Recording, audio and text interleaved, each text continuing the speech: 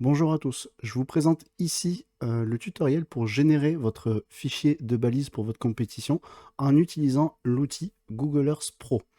Google Earth Pro a l'avantage d'avoir une belle carte 3D qui est très lisible. Il a le petit inconvénient de ne pas générer directement un fichier qui est directement compatible avec nos GPS. Du coup, le petit inconvénient, c'est qu'il faut passer par un intermédiaire supplémentaire pour convertir le fichier pour qu'il soit lisible par nos GPS. En bas de la vidéo, je vous ai décomposé les différentes étapes de la timeline de la vidéo pour que vous puissiez facilement revisionner certaines étapes si jamais vous avez besoin. On va de suite partir sur le logiciel. Donc j'ai pris un site qui est pas connu du tout, histoire que tout le monde puisse se repérer du mieux qu'il peut. Donc on est sur le lac d'Annecy. Pour commencer le fichier balise, il faut qu'on aille à gauche, ici, et qu'on fasse un clic droit sur milieu préféré et qu'on crée un dossier que je vais appeler balise Annecy et je vais mettre V1. Le V1, c'est si jamais vous souhaitez le modifier plus tard pour éviter que les différentes versions se mélangent et qu'il y ait des confusions. J'aime bien mettre V1, V2. Je sais qu'il y en a qui mettent l'année de conception du fichier s'ils le modifient d'une année à l'autre. Voilà, c'est chacun comme il le souhaite. Et ensuite, on valide. Et on a le dossier qui apparaît ici, dans lequel on va mettre l'ensemble de nos balises. Pour les balises, on va commencer par le décollage. Vous commencez par où vous voulez, mais là, on va commencer par le décollage. Et on va cliquer sur l'icône ici, qui ressemble à une petite punaise. Et on va placer notre punaise. Alors, ce qui compte, c'est la pointe de la punaise. C'est pas le centre du carré. Le point, il est placé vraiment sur la pointe. Si je place la pointe là sur le parapente jaune, et vous voyez là, et que je fais le tour, vous voyez complètement que c'est la pointe de la punaise qui compte. Vous ne faites pas avoir par rapport à ça. Mais bon, ça se joue à quelques mètres et c'est pas ça qui va faire une réelle différence pour le coup. Donc je place la pointe de la punaise sur le décollage. Et là, dans le nom, ici en haut à gauche, on va commencer par mettre l'idée de la balise. Donc là, comme c'est un décollage, on va mettre D pour décollage. Et c'est le premier, donc on va mettre 0,1. Si on met un deuxième décollage, on va mettre D, 0,2, 0,3, etc., etc. Et ensuite, on a 3 chiffres à mettre derrière. Je vais y revenir juste après. Ici, dans la description, il faut qu'on mette le nom de la balise. Donc là, il faut mettre décollage. Attention de ne pas mettre d'accent, parce que ça va faire des problèmes de compatibilité avec les différents logiciels. Donc il ne faut pas mettre d'accent dans le nom des balises. Donc décollage, mon main. Hop. Et ensuite, il faut qu'on rentre les données d'altitude dans la balise pour que ça soit lu par les GPS des compétiteurs. Et pour ce faire, en bas à droite de l'écran ici, vous avez un truc qui s'appelle élève pour élévation, pardon. Et il faut mettre, pour le lire, il faut mettre sa souris exactement là où vous avez placé votre balise. Et en bas à droite, là, je lis 1279. Donc là, je vais de suite dans altitude, dans l'onglet altitude. Je change au niveau du sol et je mets absolu. Et je viens saisir 1279. Et c'est cette valeur-là qui va être utilisée pour que les GPS puissent calculer la finesse à la balise ou d'autres valeurs. Voilà. Et on va rajouter les 3 prochains chiffres de l'idée de la balise. Ça correspond à l'altitude, mais voilà, la 1279, on ne peut pas malheureusement rentrer les 4 chiffres. Donc on va ignorer simplement le dernier mètre. Comme c'est uniquement pour l'idée, on va juste rentrer le millier, les milliers, les centaines et les dizaines de mètres, mais on va pas mettre la dernière unité. Donc dans notre cas, on va prendre juste 127. Hop, et j'écris 127. Et du coup, notre première balise, c'est la D01 127. L'altitude est bien paramétrée, la description est bien paramétrée. Je peux faire OK. Comme j'étais dans mon dossier, eh bien, la balise s'est rajoutée dans le dossier automatiquement et je peux passer à la prochaine. Je vais passer hop, à l'atterrissage. On va aller directement sur l'atterrissage de Doussard. On va faire les balises après. Hop, je crée un nouveau repère. Je le mets ici au centre du terrain d'atterrissage.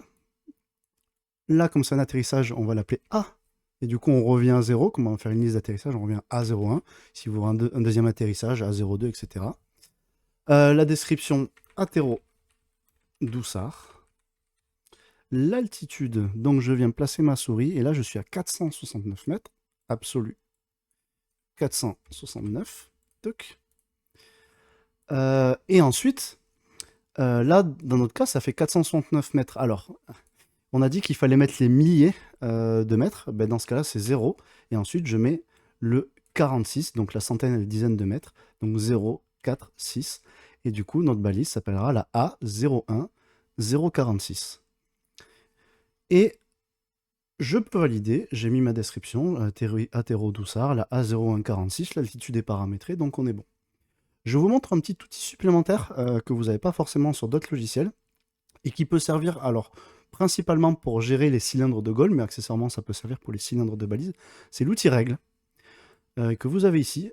Par défaut vous êtes en ligne, mais vous pouvez mettre cercle. Ici vous le paramétrez en mètres, et si vous cliquez sur votre balise et que vous décalez votre souris, vous pouvez paramétrer, alors il faut regarder ici dans le petit encart, de sorte à ce que vous arrivez, dans le cas d'un goal, les goals par défaut c'est à 200 mètres. Donc vous pouvez mettre 200 mètres de rayon. Hop, je vais le refaire ici. 200 mètres de rayon pour imaginer le rayon du goal où est-ce qu'il va être placé. Et là je l'ai redessiné pour que vous ayez un exemple. Par exemple, si on vient depuis le décollage de Montmain vers ici, on voit que le trait optimisé pour aller pour revenir en direction du goal, du cylindre du goal, il est placé potentiellement un peu vers l'axe du parking. Donc c'est potentiellement problématique en plus avec des arbres autour. Donc l'outil cylindre, il peut être très bien pour justement essayer d'anticiper ce genre de problématiques, parce qu'on se restreint très souvent au centre de la balise, mais ce qui est important, c'est les cylindres qu'on met autour. Pour les balises, si vous mettez des balises à 400 mètres, il est très facile pour vous de, hop, on met ça au centre, on vient chercher 400 mètres de rayon, et on peut voir où est-ce qu'il passe. Dans notre cas, on voit que 200 mètres, pour une rentrée au goal, ça peut être problématique que le rayon, il passe à proximité du parking, et on a envie d'éviter ça. Pour ce faire, vous avez la possibilité de, plutôt que placer la balise du goal au centre du terrain, de la déplacer. Pour déplacer une balise, c'est pareil, pour que ce soit le décollage, une balise ou un atterrissage, vous allez à gauche dans votre liste de balises, vous faites clic droit, propriété, et en fait, vous revenez dans le même encadré que tout à l'heure, et là, vous pouvez de nouveau déplacer votre balise. Et là, par exemple, je vais le décaler un petit peu à gauche. Donc, ici, si je reprends mon outil règle et que je viens chercher 200 mètres, on voit que cette fois, le rayon, il passe dans le terrain qui est juste à côté, avec beaucoup moins d'obstacles, ce qui me paraît un petit peu plus judicieux, notamment vis-à-vis de la sécurité. Et pour pas que les pilotes soient embêtés pour atterrir si jamais ils arrivent un petit peu juste en termes d'altitude. Il est tout à fait possible aussi de créer deux balises dans un seul et même terrain, mais à deux endroits différents. Parce que là, j'ai pris l'exemple si vous avez une rentre au goal qui se fait depuis le décollage de Montmain, mais si vous avez une rentre au goal qui se fait, par exemple, depuis ce côté-là, depuis le village, j'ai perdu le nom du hameau, mais c'est pas bien grave. En tout cas, si on a une balise là qui arrive, qui a une rentre au goal qui arrive de l'ouest, les 200 mètres de rayon, ça va faire un peu loin. Donc il est tout à fait possible de créer une autre balise dans le même rayon, de l'appeler A02 046 si c'est la même altitude. Et du coup, on utilisera plutôt cette balise-là si on va faire une rentrée au goal avec un axe différent. Voilà. Et ensuite, pour les balises, rien de bien compliqué. On va par exemple créer une balise sur le château de Douin. Hop, je crée mon nouveau repère. SL, ça va être, comme j'ai pas mis une seule balise, ça va être ma B01. 01. Description, on a dit château, on ne met pas d'accent, Douin. Altitude, on va regarder, il a 454. Hop, absolu, 454. Et ici, comme il n'y a pas, on est en dessous de millimètre, mais 0, 4, 5. Voilà, on a bien une balise de plus. Vous pouvez changer l'ordre des balises accessoirement. Hop, je refais passer la balise pour qu'elle soit entre le décollage et l'atterrissage, mais ça c'est de l'agencement selon vos désirs, hein. Il y a pas de règles, vous les agencez comme vous voulez. Je vais créer une deuxième balise sur le sommet de la tournette. Là, on peut s'apercevoir quand même que la qualité de la carte en relief de Google Earth est vraiment cool. C'est vraiment l'avantage de fonctionner avec cet outil-là. C'est pas forcément le plus intuitif, c'est pour ça qu'on fait ce tutoriel, mais ça reste très agréable et très confortable. Donc là, on a dit tournette, qui est à 2310 mètres d'altitude. 2310. Là, donc 2310, et on met pas le dernier chiffre, donc on est sur la B02 231. On valide, et voilà. Je mets la balise entre le déco et l'atterrissage. Et là, bon, je vais pas faire 12 000 balises, Mais imaginons que vous ayez fait toutes vos balises, et bien maintenant, on veut enregistrer ça dans un seul et même fichier. Pour ce faire, vous allez sélectionner votre dossier que vous avez créé au début, dans lequel vous avez bien inséré toutes les balises. Les balises, faites attention, elles peuvent se glisser n'importe où. On vient faire clic droit dessus, et on va faire enregistrer le lieu sous. Vous mettez le nom que vous voulez, et là, par défaut, faites attention, vous allez avoir KMZ, mais nous, on ne veut pas KMZ, on veut KML. D'accord? Pour enregistrer, vous allez comprendre pourquoi ensuite. On l'enregistre, et là, vous avez un fichier au format KML, mais qui ne peut pas être lu par vos GPS. Pour ce faire, je vous ai mis tous les liens dans la description de la vidéo. Vous allez sur l'outil GPS Babel. Il va falloir sélectionner un format d'entrée, donc on a dit que nous, c'était KML de Google Earth. Donc vous cherchez Google Earth. Ensuite, une fois que vous avez sélectionné le format d'entrée, vous sélectionnez le format de sortie. Alors, le plus courant, c'est d'utiliser OSI Explorer au format WPT. Voilà. Je sélectionne mon fichier que je viens d'enregistrer avec Google Earth. Tout le reste, on laisse en non. Je convertis le fichier. Hop. Et il a bien converti mon fichier. Je peux cliquer dessus pour le télécharger. Très bien. Et maintenant, je vais passer à GPS Dump. Pareil, vous avez tout dans la description de la vidéo. On vient faire Open WPT. Attention, WPT, c'est pour l'abréviation de Waypoint. Donc je viens ouvrir un fichier balise.